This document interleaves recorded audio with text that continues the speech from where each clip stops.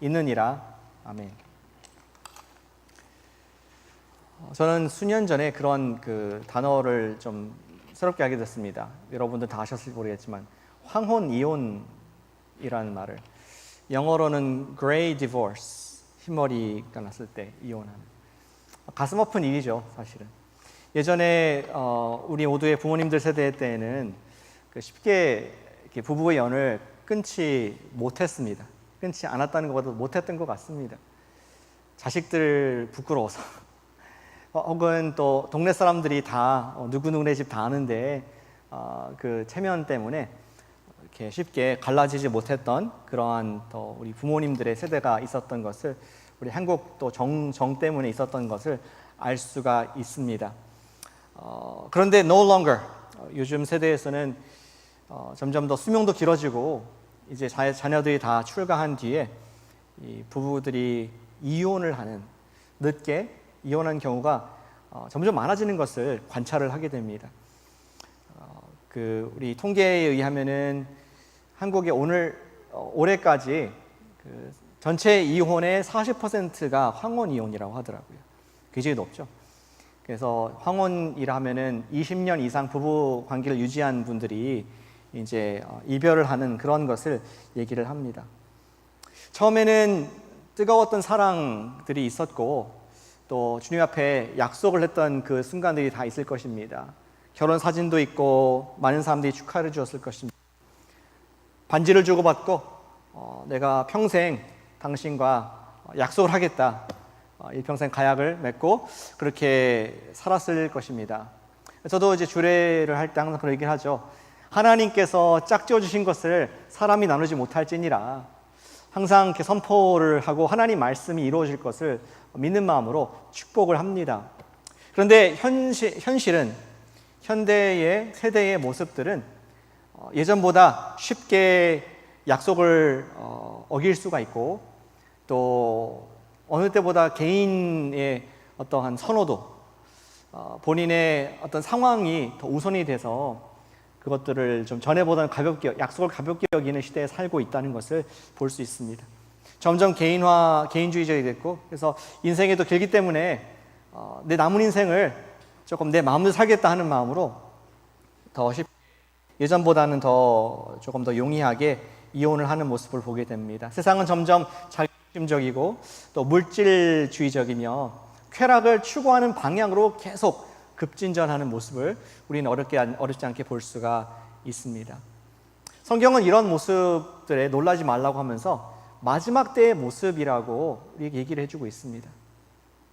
마지막 때가 될수록 우리는 정말 이 세대의 문화를 정신을 못 차리고 정말 우리도 휩쓸러 갈 수 있습니다. 저와 여러분들의 고민은 점점 세상이 차가워지고 또 자기중심적이고 돈을 사랑하는 그러한 세상 가운데 어떻게 계속해서 하나님의 사명을 이룰 수 있을까? 어떻게 교회를 이룰 수가 있고 사명을 이룰 수 있을까 하는 그러한 질문에 답을 얻기를 원합니다. 공동체적인 답을 얻기를 원하고요. 또 개인적으로는 조금 더 구체적으로 어떻게 내가 사랑을 할 수 있을까? 점점 갈라지고 자기중심적인 세상에서 누군가를 사랑한다는 거, 심지어 아내, 남편을 사랑한다는 거, 내가 어떻게 끝까지 사랑할 수 있을까? 이러한 질문들을 오늘 베드로의 서신을 통해서 배우기를 원합니다. 예수님께서는 어떻게 하셨고 예수님의 발자취를 따라가는 베드로는 어떻게 했으며 또 우리는 어떻게 그러한 사명을 끝까지 감당할 수 있을까 하는 것을 베드로 선생님이 오늘 서신서에서 이어서 말씀해주고 있습니다. 오늘 세 가지 형태의 답을 말씀해 주십니다. 첫 번째는 명쾌한 답을 얘기해 주고 있어요. 첫 번째는 이것입니다. 깨어 있어 사랑을 첫 자리에 두자는 것입니다. 아직 다 설명하지 않았지만 겸손한 마음 따라해 주시면 감사하겠습니다. 깨어 있어 사랑을 첫 자리에 두자. 사랑을 첫 자리에 두자. 오늘 본문의 7절에 보시면은 그러한 때를 얘기하고 있습니다. 만물의 마지막이 가까웠으니 너희는 정신을 차리고 근신하여 기도하라. 만물의 마지막 때라고 말씀하고 있습니다. 성경에서 종종 마지막에 대한 말씀을 하고 있는데요. 우리 베드로 사도는 마지막 때의 현상들을 여기에 좀 기록을 하고 있습니다. 우리는 마지막 때라면은 보통 뭐 둠스데이, 이제 지구 종말의 날 연상하는 경우가 있습니다. 뭐 그것도 맞습니다. 요한계시록에 나와 있는 여러 가지 자연재해와 들불과 산불과 지진과 허리케인, 또 공기가 좀 요새 안 좋은데 해가 어두워지고 이런 것들이 다 마지막 때의 요한계시록의 징조이기도 합니다. 그런데 우리가 놓치지 말아야 할 마지막 때의 또 한 모습은 사람들의 마음이 바뀐다는 것을 마지막 때의 모습으로 묘사해주고 있죠. 이 마지막 때를 조금 더 이렇게 정의를 먼저 하겠습니다. 성경에서 말하는 마지막 때는 언제느냐? 하나님의 그 구원하시는 놀라운 스케줄, 모든 스케줄이 거의 끝나는 때가 마지막 때입니다. 어떤 구원의 스케줄이 있었습니까? 구약에서 예수님을 약속하셨습니다. 메시아를 보내주실 걸 약속하셨는데 메시아가 오셨습니다. 성육신. 그 다음에 그 예수님께서, 메시아께서 십자가에 돌아가셔서 어린 양으로 모든 우리의 죄를 해결해 주신 줄로 믿습니다. 그리고 부활하셔서 그 어린 양이 과연 하나님의 아들이다라고 선포케 하셔서 우리가 그분을 통해서 구원을 얻는 길을, 우리도 그분을 따라서 부활의 소망을 얻는 길을 마련해 주셨습니다. 그리고 그분께서는 하늘로 가셨죠. 남은 것이 무엇이냐? 예수님의 약속대로 다시 재림하셔서 이 땅에 다시 오셔서 당신의 왕국을 클레임, 하나님 나라를 완성시키는 만 남았기 때문에 예수님이 가신 이후로 지금까지 계속 마지막 때라고 우리 베드로 사도와 바울 사도가 우리에게 가르쳐주고 있는 것입니다. 따라서 베드로가 말했던 7절에 만물의 마지막, 베드로 때에도 만물의 마지막이었고 지금 우리가 살고 있는 이때도 하나님 보실 때는 만물의 마지막이라는 것을 얘기해주고 있다는 것이죠. 자, 그렇다면 아까 우리 만물의 마지막 때 사람들의 마음이 달라진다고 했는데 또 다른 사도인 바울은 이렇게 디모데후서 3장 1절부터 5절 사이에서 만물 마지막 때의 사람들의 마음에 대해서 묘사를 하고 있습니다. 제가 다 읽어드리진 않겠습니다. 띄어만 주세요. 사람들의 마음 변화가 있는데 그들은 극도로 자기를 사랑한다라고 되어 있습니다. 돈에 또한 미친 삶을 산다. 더 물질주의로 갑니다. 그리고 쉽게 약속을 어기는, 배약하는 그런 시대라고 말을 합니다. 성격이 조급해집니다. 급합니다. 화를 많이 냅니다. 그리고 참된 하나님을 버리고 쾌락을 신으로 삼는다. 구절을 좀 보여주시면 좋겠네요. 그래서 우리 디모데후서 3장 1절부터 5절까지 말씀 넘겨주세요. 이제 그러한 말씀들을 우리 바울 사도가 분명하게 말씀해 주셨습니다. 됐습니다. 지난주에 라스베가스에 계시는 어떤 그 목사님하고 대화를 좀 하게 됐어요. 한번 상상할 수 있겠습니까? 라스베가스에서 목회를 한다. 라스베가스에서 목회를 할 수 있습니까? 모르겠습니다. 오셔서 모르신 것 같은데 라스베가스가 굉장히 좀 블링블링 그 굉장히 그 센 시리, 죄악을 많이 할 유혹이 많은 도시인데 거기서 목회를 한다. 참 대단한 것 같습니다. 14년. 근데 목사님이 그러시더라고요. 본인이 14년간 거기서 목회한 이래로 지금처럼 라스베가스에 그렇게 부흥을 한 때가 못 봤다고. 부흥이라는 말이 이상하네요.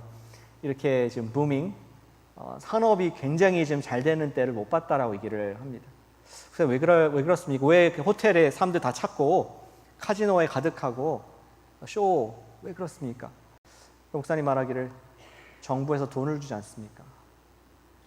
사람들이 갇혀 있다가 돈을 받으니까 그분 표현대로 미친 듯이 돈 쓰러 온다고 얘기를 하더라고요.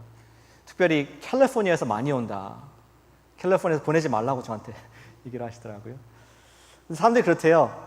그 LA에서 라스베가스 가는 I-15를 타면은 라스베가스 가까울수록 심장이 뛰면서 굉장히 속도를 많이 낸다고. 70마일, 80마일, 90마일 막 금방 빨리 돈을 쓰고 싶고 누리고 싶어서 질주하는 그 모습들이 안타깝다. 이러한 말씀을 합니다. 그리고 어떤 사람들은 라스베가스에 가면은 아무도 모를 줄 아는데 그 목사님 교인들 중에는 딜러들이 계세요. 그것도 이상하네요. 교인들의 딜러들이. 당연히 라스베가스니까 호텔에서 있지 않겠습니까? 다 얘기한대요. 한국에서 누가 왔다 갔더라. LA에서 누가 왔다 갔더라. 그래서 다 얘기하고 혹시 크리스천이 있을 경우에는 또 얘기를 하고 굉장히 좀 당황스러운 얘기를 들을 때가 있다고 말씀을 하십니다. 정말 마지막 때인 것 같습니다. 돈을 정말 사랑하고 사랑하는 극치로서 도시조차도 만들고 돈 잔치를 하는 그러한 것이 아무렇지도 않게 인정되는 그러한 사회. 또 마음이 조급한 시대에 살고 있습니다. 어느 때보다 조급하여서 우리가 잠시라도 뭔가 줄을 서서 기다려야 되면은 저 여러분들은 주머니에 손이 가서 스마트폰을 꺼내고 뭐라도 좀 봐야 돼, 시간을 보내야 돼, 무료함을 보내야 되는 그러한 습관이 있는 모습을 나도 모르게 우리도 발견을 하게 됩니다. 또 쇼핑하다가 여러분들 자매님들 그로서리 쇼핑하다가 이제 책가 탈랐는데 줄이 길게 있으면은 갑자기 스트레스 레벨이 올라가면서 급한데 어떤 분들은 그냥 카트를 팽개치고 나가버리는 분도 있는 것을 제가 듣게 됩니다. 우리는 조급해졌습니다. 그리고 정말 이 세대의 문화는 엔터테인먼트가 신이 되어서 그 어느 세계 인류 역사상 어느 때보다 융성한 영화와 쇼와 여러 가지 사람들 즐겁게 하는 게임과 이런 것들이 가득한 그것이 인더스트리가 되어버린 모습을 우리가 보게 되는 것입니다. 바울이 말한 마지막 때의 모습이 오늘 그대로 사람들의 마음에 또 문화적으로도 나타나는 것을 우리가 보게 된다는 것이죠. 따라서 베드로 사도가 말한 것처럼 우리가 정신을 차리고 있지 않으면 나도 모르게 쑥 흘러가는 물과 같이 나도 모르게 쑥 그냥 따라가는 왠지 화가 나고 왠지 약속을 쉽게 잊어버릴 수가 있고 결과가 나를 위한 삶이니까 나도 정신 차리지 않으면 돈이 모든 것의 최우선이 되어버리는 그러한 마지막 때에 물결에 휩싸일 수 있음을 우리는 말씀을 통해서 경고를 받게 됩니다. 우리는 어떻게 이러한 가운데 교회를 하는 것을 정말 너와 내가 관계없는 사람들인데 원래 교회라는 것을 이루고 주의 사명을 이룰 수 있을까요? 어떻게 사랑할 수 있을까? 이런 것을 우리 베드로 사도가 얘기를 해주고 있습니다. 우리가 그러한 문화에 합류되지 않도록 베드로가 미리 처방을 예방 주사를 주는 것이 오늘 말씀이라고 생각합니다. 8절에 그 답을 주고 있습니다. 다시 돌아가 보시기 바랍니다. 이러한 때에 근신하고 기도해야 하는데 most of all, above all, 무엇보다도 뜨겁게 서로 사랑할지니 사랑은 허다한 죄를 덮느니라. 의외입니다. 마지막 때가 오면은 좀 비상식량을 축적해놔라. 그리고 은행이 컬랩스할 수 있으니까 큰 저장 금고를 가지고 있어라. 이런 얘기를 지혜롭게 살아라 얘기할 줄 알았는데 의외로 만물의 마지막에 가까웠을수록 무엇보다 뜨겁게 사랑하라라고 말씀하고 있습니다. 이 사랑이라는 표현 우리 계속 말씀드리지만 아가페라는 그런 사랑 표현입니다. 아가페는 남녀 간의 사랑이 아니죠. 친구 간의 사랑도 아닙니다. 아가페는 하나님께서 주시는 무조건적인 사랑, 그 사랑을 뜨겁게 하라고 말씀하고 있습니다. 제가 좋아하는 우리 요한복음의 커멘테이터, 요한복음 주석을 쓴 리언 모리스라는 분이 아가페 사랑을 이렇게 정의했는데 참 제 마음속에 감동이 되었습니다. 영어로 쓴 걸 제가 한국말로 바꿔봤는데요. 완전히 자격 없는 자를 향한 사랑이 아가페이다. 사랑 자체이신 하나님이 원조이시다. 나오는 그런 사랑이다. 그 사랑은 상대방이 대접받을 만한 가치가 있든지 없든지 생각해보지도 않고 부어주는 그런 종류의 사랑이다. 베드로는 차가운 시대의 마지막 때에 우리가 취해야 될 크리스천의 자세는 이러한 하나님의 아가페의 사랑을 뜨겁게 하라. 원어적으로 보면 뜨겁다는 것이 어떠한 온수, 냉수 그런 뜨거운 것은 아닙니다. 오히려 어떤 단어냐면 이렇게 고무줄을 쫙 늘리면은 긴장감 있잖아요. 텐션, 팽팽하게. 그리고 이것을 유지하려면 계속 에너지가 들어가야 됩니다. 계속 관찰해야 되고 계속 거기 정성을 기울여야지 그 상태를 유지할 수 있습니다. 사랑하되 긴장 가운데 사랑이라 그런 표현을 하고 있죠. 지난주에 제가 캠핑을 갔거든요. 그래서 그래서 뭐 차박, 차에서 잤습니다. 홈레스가 됐는데 캠핑장에서 이제 바닷가 옆이니까 우리 캘리포니아 중부의 바닷가 옆에서 캠핑을 했습니다. 근데 불이 안 붙더라고요, 잘. 캠핑 가서 캠파이어를 해야 되는데 불이 안 붙었습니다. 근데 제가 그 나무 파는 사람한테 설득을 당해서 엑스트라 돈을 주고 산 그 스타터 산 것이 얼마나 나중에 보니까 잘한 것이었는지 좀 감사했습니다. 왜냐면 바로 옆에 바닷가이기 때문에 이 수증기를 많이 먹어가지고 나무가 잘 안 붙더라고요.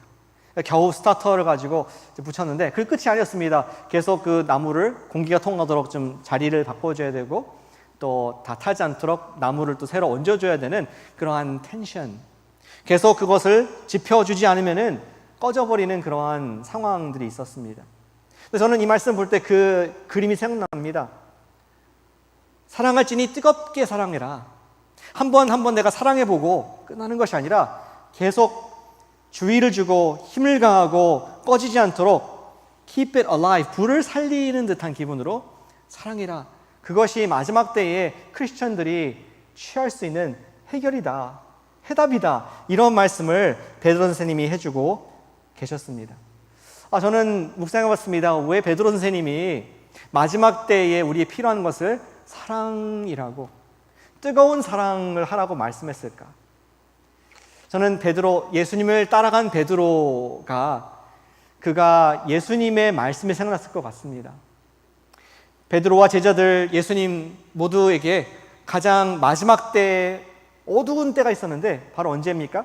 예수님께서 십자가에 못 박히기 전날 밤, 잡히시던 밤에는 정말 영적으로 캄캄한, 요새 공기가 안 좋아서 뭐 100 몇십까지 올라가는데 지수가, 그보다 더 캄캄한, 영적으로 답답한, 숨도 못 쉴 그런 어두운 밤이 바로 예수님께서 잡히시던 밤이었을 것입니다. 어쩜 예수님께서 마지막 만찬을 하시면서 제자들을 얼굴을 보셨을 것입니다. 누굽니까? 우리 요한과 야고보, 요한을 보니까 그들은 야망이 있었어요. 우리가 하나님 나라의 첫 자리가 되게 해주세요. 땅에서가 아니라 하나님 나라에서 당신의 좌우 옆에 앉게 해주세요 라는 야망이 있으면서 예수님께서는 마음이 슬프셨을 것 같습니다. You don't get it. 3년간 함께 했는데 아직도 정말 참된 하나님 나라의 원리를 모르니 하면서 아프셨을 것 같습니다. 또 거기 가룟 유다가 있습니다. 그의 주머니에 이미 벌써 돈이 들어가 있어요. 예수님을 이미 팔아넘겨서 이제 조금 있으면은 그냥 체포만 할 상황이 되었습니다. 마음이 답답하셨을 것 같습니다. 베드로 보니까 지금 막 뭐 쩡쩡하게 자기가 잘난 것처럼 끝까지 있을 것 같지만 그도 조금 있으면 배신할 것을 분명히 아셨습니다. 나머지 제자들도 보니까 다 두려운 가운데 표정이 좀 심상치 않은, 예수님께서 그만 고난을 당하고 떠날 것을 얘기하니까 슬픔이 가득하고 근심이 가득한 그의 얼굴 보면서 예수님께서는 마음이 좋지 않으셨을 것 같습니다. 그때 예수님께서 하셨던 말씀, 요한복음 13장 34절 35절 말씀은 베드로에게 충격 자체였을 것 같습니다. 34절 말씀에서는 세 계명을 준다, 내가 너희를 사랑한 것 같이 너희도 서로 사랑하라 하고 나서 바로 35절에서 말씀하시죠. 너희가 서로 사랑하면, 아가페의 사랑, 내가 너희들에게 한 그 아가페의 사랑을 너희가 서로 하면은 이로써 모든 사람들이 너희가 내 제자인 줄 알리라. 그 답답했던 밤에, 죽을 것 같은 밤에 예수님께서 하셨던 소망의 말씀, 너희가 사랑해라. 그 말씀이 기억나면서 베드로는 만물의 마지막이 가까웠으니 무엇보다 뜨겁게 사랑해라, 이러한 처방을 예수님 말씀을 받아서 우리에게 준다고 저는 믿습니다.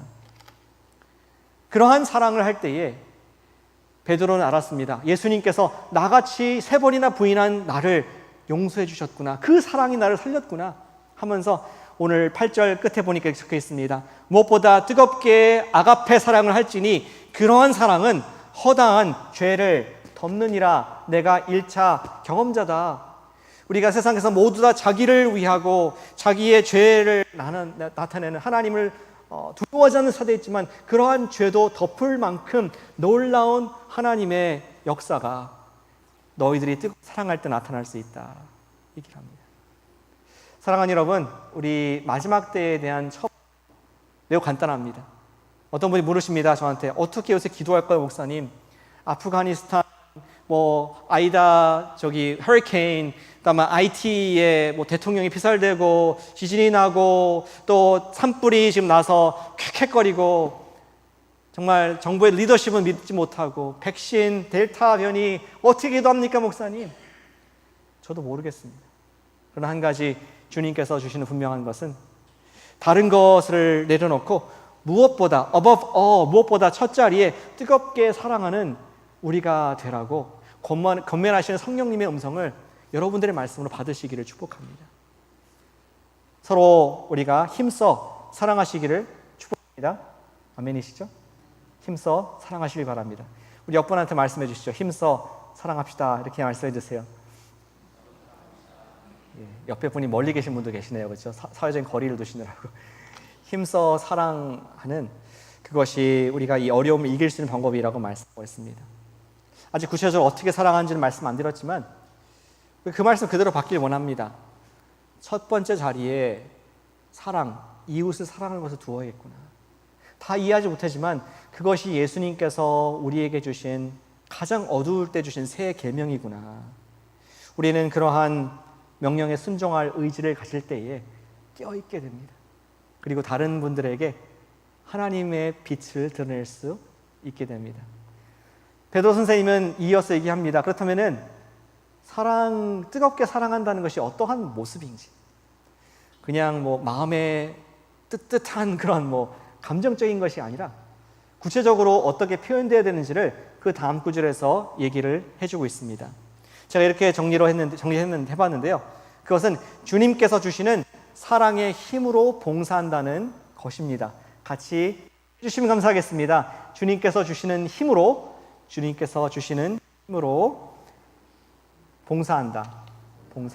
주님께서 주시는 사랑의 힘으로 봉사하는 우리가 되기를 축복합니다.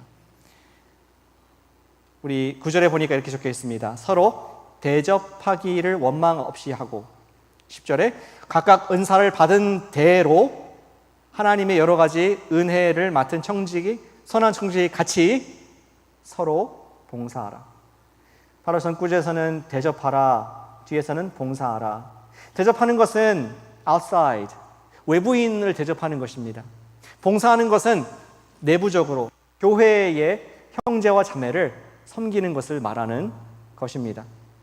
놀랍게도 우리가 이렇게 대접하고 섬길 때에 그것이 하나의 연료가 되어가지고 나무가 되어서 퓨얼이 돼서 뜨거운 사랑을 할 수 있다는 말씀을 예수님께서 베드로 선생님께서 해주고 계시다는 것입니다. 이웃을 대접하라. 여기 그 말씀 자세히 보시니까 9절에 영어로는 hospitality, show hospitality로 되어 있습니다. 우리 호텔 같은 그런 서비스업을 hospitality service라고 얘기를 하죠. 그들은 돈을 받으면은 모르는 사람한테도 선대하고 선물을 줍니다. 서비스를 줍니다. 우리는 사랑을 받은 사람으로서 show hospitality, 나와 관계없는, 나와 이해관계가 없지만 그들에게 선대하는, 후대하는 그것이 대접이라는 말씀으로 되어 있습니다. 저는 지난 6월부터 기도하면서 그런 마음을 주시더라고요. 하나님께서 좀 감사하다. 우리 교회가 감사하다. 팬데믹이라는 어려운 상황 가운데 교회에 소속이 되게 하셔서 너무 감사하다는 생각이 듭니다. 세상에 누가 나를 연락해서 잘 지내느냐, 기도 제목을 묻고, 또 예배 드리냐 물어주고, 또 기도해주는 그러한 공동체가 어디 있겠습니까? 혹시 또 있으면은 찾아와주고, 팬데믹 가운데서도 필요한 것도 갖다주고, 또 돌봐주는 그러한 공동체가 있다는 것이 참 하나님의 은혜다. 우리 코너스톤 교회가 여러분들에게 있다는 것 자체가 우리 모두에게 하나님의 큰 팬데믹 가운데 선물이고, 연결 안 돼 있는 상황인데 우리가 연결하는, 정말 낯선 사람들이 오히려 연결되어서 주님의 사랑을 경험하는 공동체가 있다는 감사한 생각이 들었습니다. 그런데 반대로 What about them? 우리 코너스톤 교회를 지금 제임스 애버뉴, 허슨 스트리트, 그랜드 스트리트 이렇게 보내주셨는데, 여기 요 블락에 보내주셨는데 바로 옆에 있는 분들은 잘 지내고 계실까? 미국 분들은 많은 경우에 자식들이 좀 멀리 있고 또 팬데믹 가운데 찾아오지 못하는 경우도 있는데 누군가 물어줄 사람이 있을까? How are you? Are you okay? 어려운 팬데믹 가운데 혹시 어디 불편한 데는 없으신지, 또 혹시 전구라도 못 가시는 부분은 없는지, 그런 마음이 들더라고요. 이 말씀과 같이 서로 대접하기를 원망 없이 하라 그랬는데, 정말 우리 교회가 이곳에 온 하나님의 뜻이 정말 우리가 이 지역에 적극적으로 나가서 선행과 봉사는 못하지만, 그런데 How are you? 우리가 여기 왔는데 떡이라도 좀 돌리고 싶습니다 하는 마음으로 우리가 이 지역을 선대하고 품어야겠다, 그런 기도를 주셨습니다. 그래서 9월달 마지막 주일날 오후에 몇 분들께서 우리가 구디백 같은 걸 싸면은 그것을 좀 놓고 오는, 난택트라고 하죠. 요새는 한국에서 언택트라고 하네. 언택트라고 하는데 non contact으로 놓고 또 기도해드리고 또 prayer walking을 하는 그런 것이 어쩜 우리가 할 수 있는 이 상황 가운데 모두가 문을 쾅쾅 닫고 있고 마음을 닫고 있고 자기 안전을 위해서 찾고 있는 그때에 뜨겁게 사랑하는 방법이 이웃에게 How are you? I'm praying for you. 여러분들이 코비드 안 걸리도록 우리 기도하고 있습니다. 우리 커뮤니티를 위해서 기도하고 있습니다. 사실입니다. 그러한 우리가 하는 것이 주님의 마음이 아닐까 하는 마음 가운데 여러분께 그러한 제안을 드립니다. 우리가 계속 주변을 돌아볼 뿐만 아니라 내부적으로도 우리가 섬길 때에 뜨겁게 사랑할 수 있다는 얘기를 하고 있습니다. 바로 그 다음 절 10절에 보니까 각각 은사를 받은 대로 서로 봉사하라. 본인이 할 수 있는 만큼. 근데 지금 구체로 나와 있습니다. 11절에 보니까 하나님의 말씀을 하신 것 같이, 봉사하려면 하나님의 공급하는 힘으로 하는 것 같이, 아니 억지로 인색함으로 교회에 봉사하는 것이 아니라 하나님께서 나에게 기쁨을 주신 만큼, 하나님께서 주신 은사만큼 내가 봉사하는 것, 그것이 서로 뜨겁게 사랑하는 공동체의 모습이다라고 예수님의 말씀을 받은 베드로가 우리에게 설교를 하고 있다는 것입니다. 예, 그렇습니다. 주님께서 주시는 힘으로 형제 자매를 위해서 우리는 봉사할, 섬길 때 뜨겁게 사랑할 수 있습니다. 아까 전사님이 사이트에 봉사 안내자, 전사님 그 마이크 하나 더 주시면 좋겠는데 끊기죠 소리가?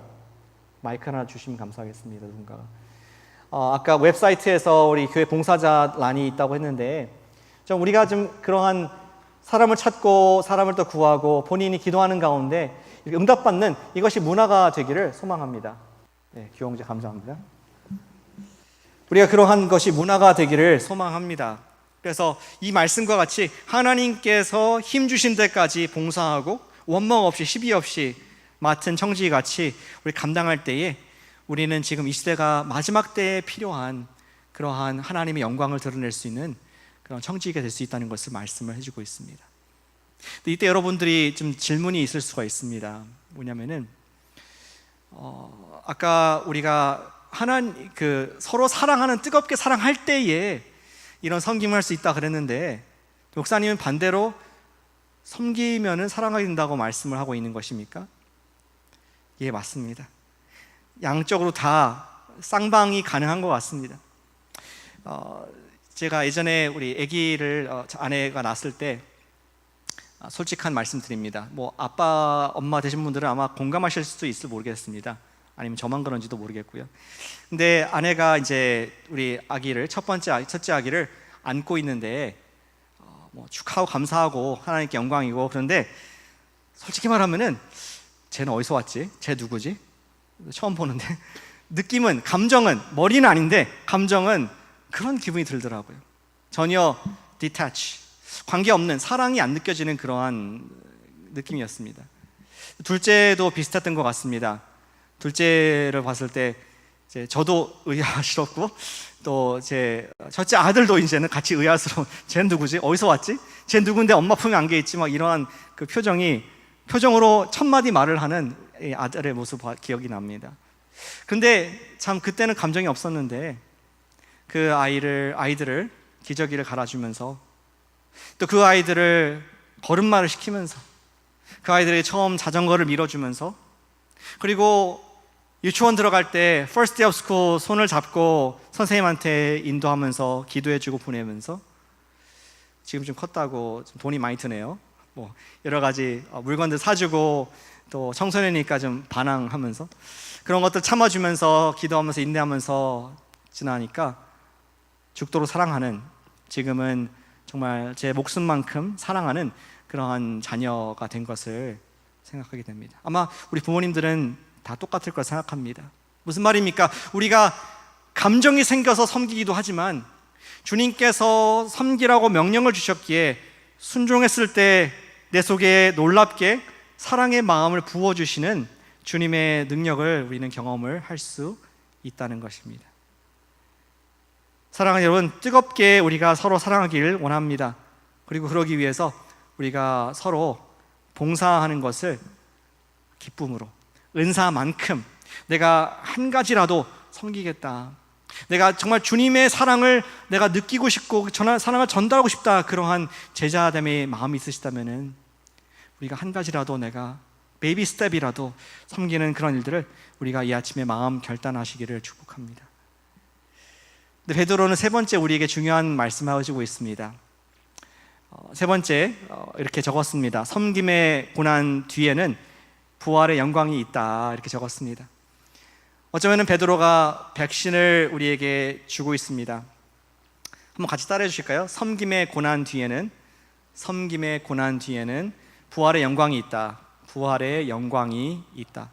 지금 섬김이라는 것과 고난을 붙였습니다. 섬김의 고난. 베드로는 우리가 알게 하기 원하는 것은 정말 우리가 뜨겁게 사랑하기 원해서 섬길 때는 반드시 마음 상한 일이 있을 것이다. 고난이 있을 것이다. 심지어 수욕이 있을 것이다. 그것을 우리가 나이브하지 않도록 얘기해주고 있습니다. 읽지 않았지만 그 다음 구절 12절에 이렇게 되고 있습니다. 사랑하는 자들아, 역시 사랑이라는 단어를 또 쓰고 있네요. 사랑하는 자들아, 너희를 연단하려고 오는 불시험을 이상한 일 당하는 것 같이 이상히 여기지 말고 오히려 다른 태도를 취하라, 이렇게 얘기를 하고 있습니다. 우리 교회를 섬기고 다른 성도를 섬기려 함에 있어서 걸림돌이 있습니다. 그것은 어쩌면 unspoken, 우리가 다 알지만 말로 아무도 안 하는 그러한 것일지 모르겠습니다.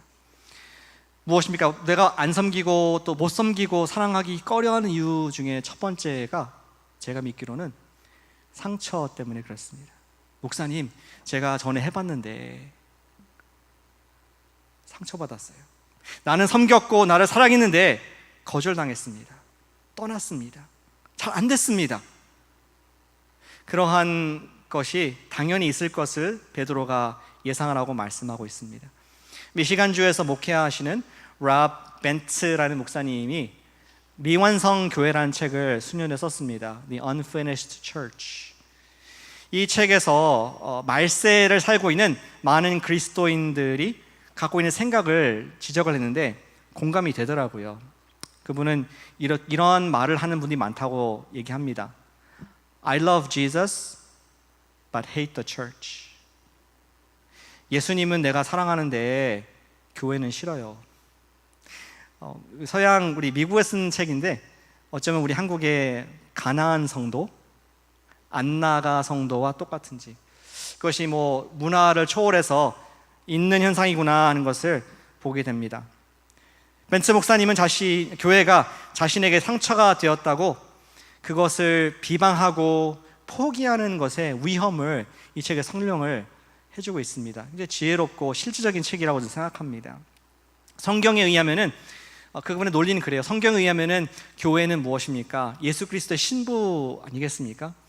에베소서 말씀대로 예수님의 신부이고 예수님의 아내입니다.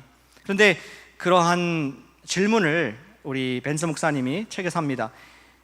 예수님께서 우리가 당신의 신부를 비방할 때에 어떤 기분이 드실까? 그러면서 스스로 답을 합니다. 예수님 혹시 이렇게 말씀하실까? 맞아. 네가 말하는 것이 사실인 것 같아. She's a total loser. 교회는 진짜 그녀는 total loser. 정말 형편없는 사람이야. 그리고 나도 그녀를 그렇게까지 사랑하지도 않았었거든. I never really truly loved her that much anyway. 그렇게 말씀하시겠냐는 것입니다. 아마 여기 남편들은 아무리 아내가 좀 부족하다고 느낀다 할지라도 누군가가 당신에게 당신의 아내에 대해서 부정적인 얘기를 한다면은 여러분들은 발끈하고 아마 아내의 편을 철저히 들을 것입니다. 마찬가지입니다. 예수님께서도 아무리 형편없어, 우리 눈에는 형편없어 보이는 교회고 내가 상처받은 어떤 성도라 할지라도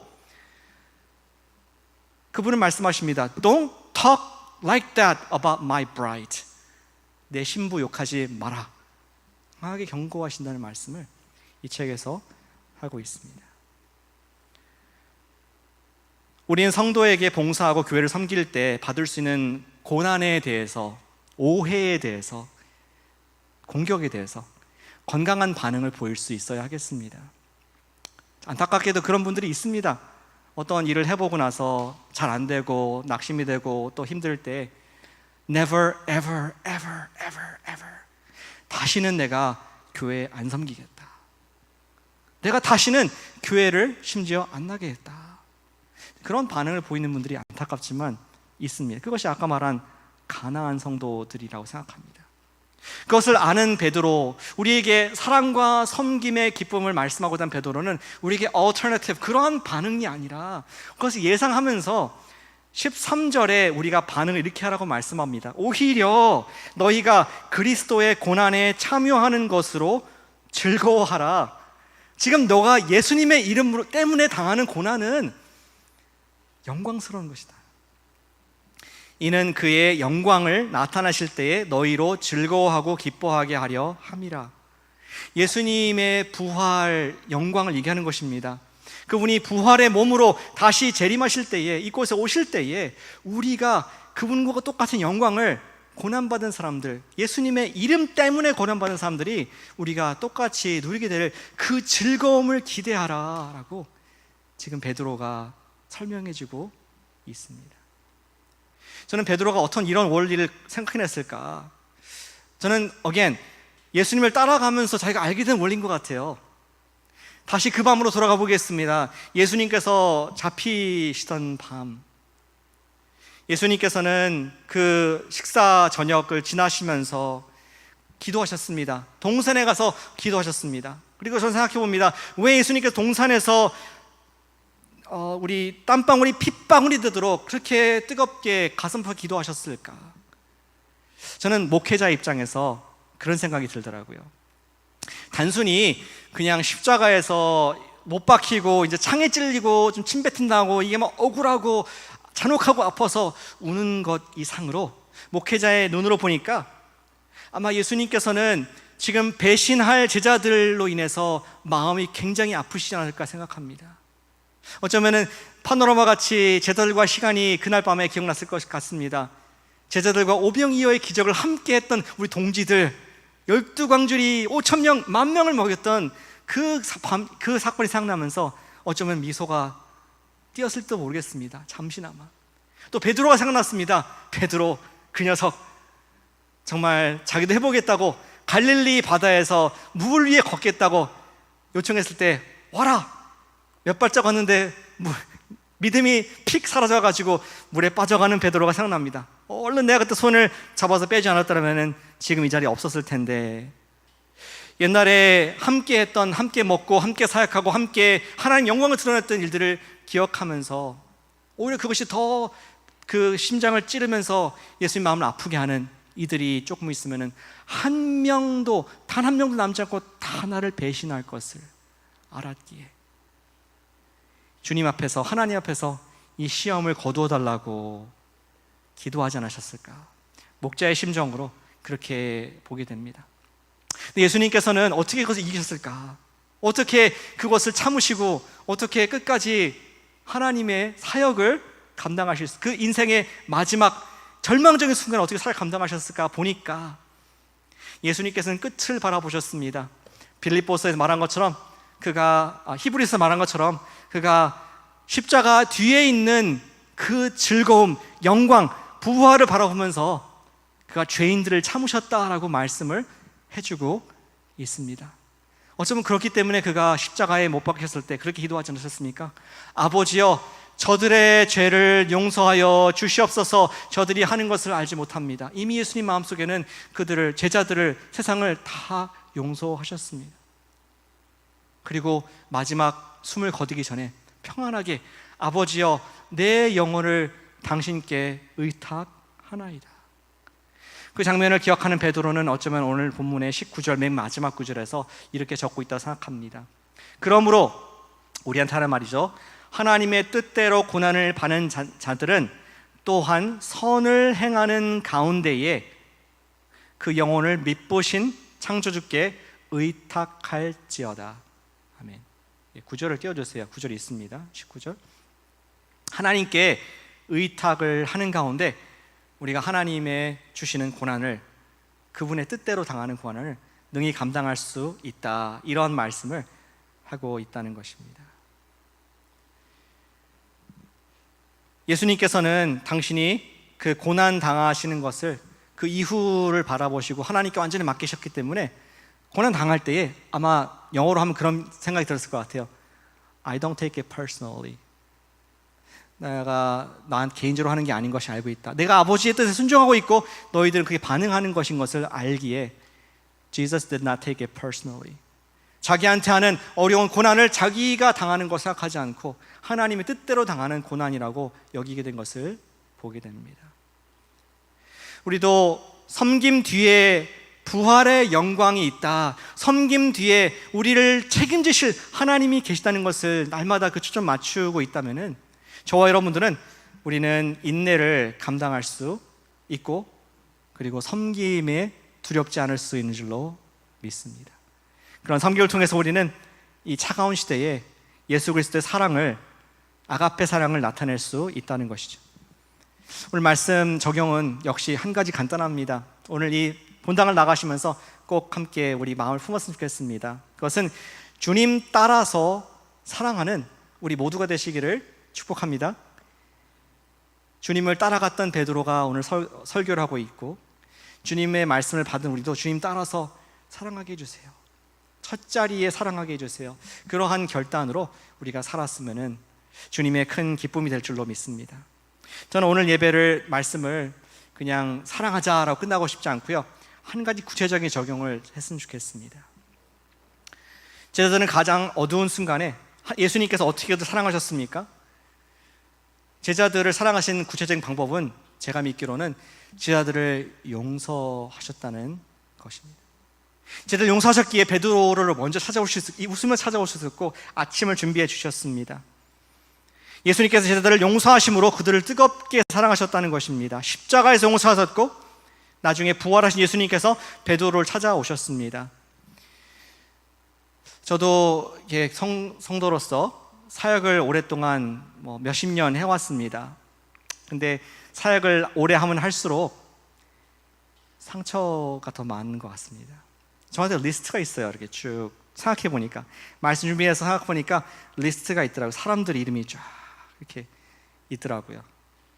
참고로 여기 있는 분들은 아무도 없다는 것을 혹시 오해하실까봐 공격하는 거 아니고, 근데 전에 교회 또 전에 성도 쫙 섭섭하고 힘들게 했고 오해했고 삐지고 이런 것들이 되게 많이 있는데, 깨닫게 된 것은 내가 그분들을 제대로 용서한 적이 없었구나. 그분들이 저를 용서했는지도 모르겠고, 근데 주님 사랑하는 마음 가운데 부딪힌 것들은 nothing personal. 주님의 나라를 위해서 반드시 고난이 있다고 했는데 내가 그분들을 진심으로 용서한 적이 없구나. 긴 리스트가 있겠지만 그 중에 딱 한 분만 제가 그러한 기도를 올려드렸습니다. 주님, 제가 제 영혼을 주님께 맡깁니다. 그리고 그분도 하나님 뜻대로 하신 줄로 믿습니다 하면서 내려놓으니까 계속 섬길 만한 힘을 주시는 주님을 경험을 하게 됩니다. 그리고 섬김을 통해서 또 주신 분들을 더 사랑하게 되는 이러한 선순환의 역사가 일어나는 것을 경험을 하게 되는 것입니다. 오늘 말씀 마치면서 이 말씀은 지식으로 듣지 않고 여러분들과 제가 정말 결단하고 순종하는 말씀이 되기를 소망합니다.